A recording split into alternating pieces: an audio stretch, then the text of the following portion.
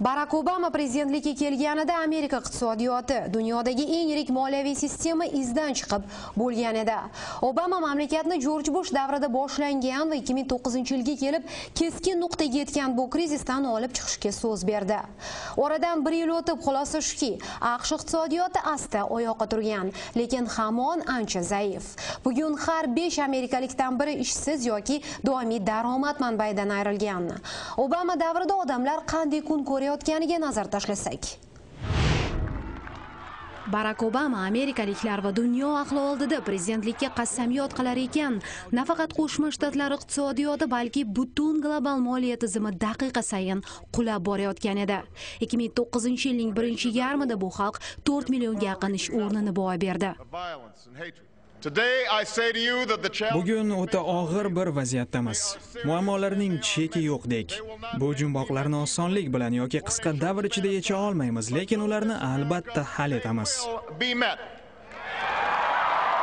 Barack Obama ishga kirishgunga qadar Amerikada millionlab fuqarolar maosh va daromadidan ayrilib bo'lgan edi. Bu jarayon uning Oq uyga kelishi bilan tingani yo'q, aksincha jadallashdi. AQSh avtosanoati bankrot yoqasida edi. Yirik banklar davlat yordamisiz yopilib ketish arafasida, qarzini to'la olmayotgan amerikaliklar esa kreditga olingan uylarini qaytarib berishga majbur bo'layotgan bir davr edi. Tushkunlik. Oradan 1 yil o'tib xalqimizga umid qaytgan deydi iqtisodchi olima Alisa Rivlin. Uning fikricha, hukumat krizisning ildiziga yeta oldi. Obama juda og'ir vaziyatda rahbarlikka keldi va bizni balchiqdan olib chiqishga muvaffaq bo'ldi. Yangi boshqaruv Amerika banklariga moliyaviy yordam ko'rsatishga qaror qildi. Boshida bu rejaga qarshilik kuchli edi, ammo keyinroq tan berildi. Markaziy bank past foizlarda qarz bera boshladi. Qizg'in bahs-munozaralar ketidan Kongress 800 milliard dollarga yaqin mablag'ni o'z ichiga olgan iqtisodiy yordam dasturini ma'qulladi. Har bir jabhaga ko'mak ajratildi. Dasturni amalga oshirish oson kechmayapti, lekin biz o'zimizni jar yoqasidan qaytara oldik. Iqtisodimiz yana jonlanyapti. Amerika aksiya bozori bo'lmish Wall Streetda savdo asta qizib daromad hisob qilina boshlagan. Davlatdan qarz olgan banklarning ayrimlari bugunga kelib ularni to'lab bo'lgan ham. Markaziy bank AQSh federal zaxirasiga 2009-yilda 46 milliard dollar foyda tushgan, ammo hukumat bayram qilishga shoshmayapti. Foyda ko'p bo'ldi, lekin ishsizlarcha, ularni mehnat bilan ta'minlash 1,5 trillion dollarlik kamomaddan chiqish kerak.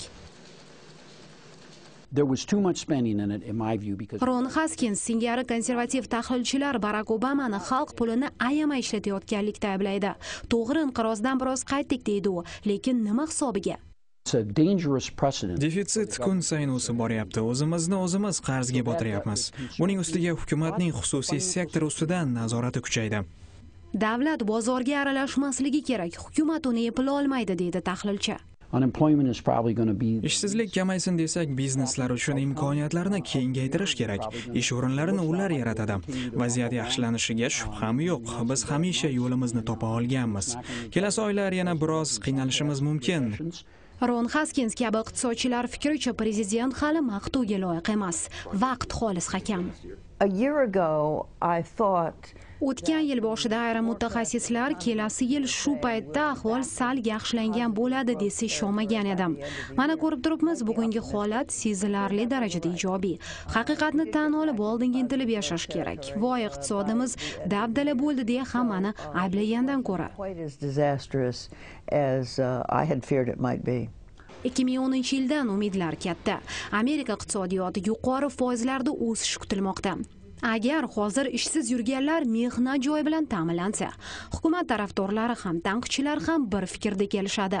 AQSh iqtisodiyoti o'z kuchini oshirishi, global hukmronlikni saqlab qolishi uchun byudjetdagi kamomad va 12 trillion dollarga teng ichki qarzdan chiqish kerak. To'q va beparvo yashashga o'rgangan amerikaliklar har bir dollarining qadriga yeta boshlagan. Kreditga yashash endi yo'q deydi ular.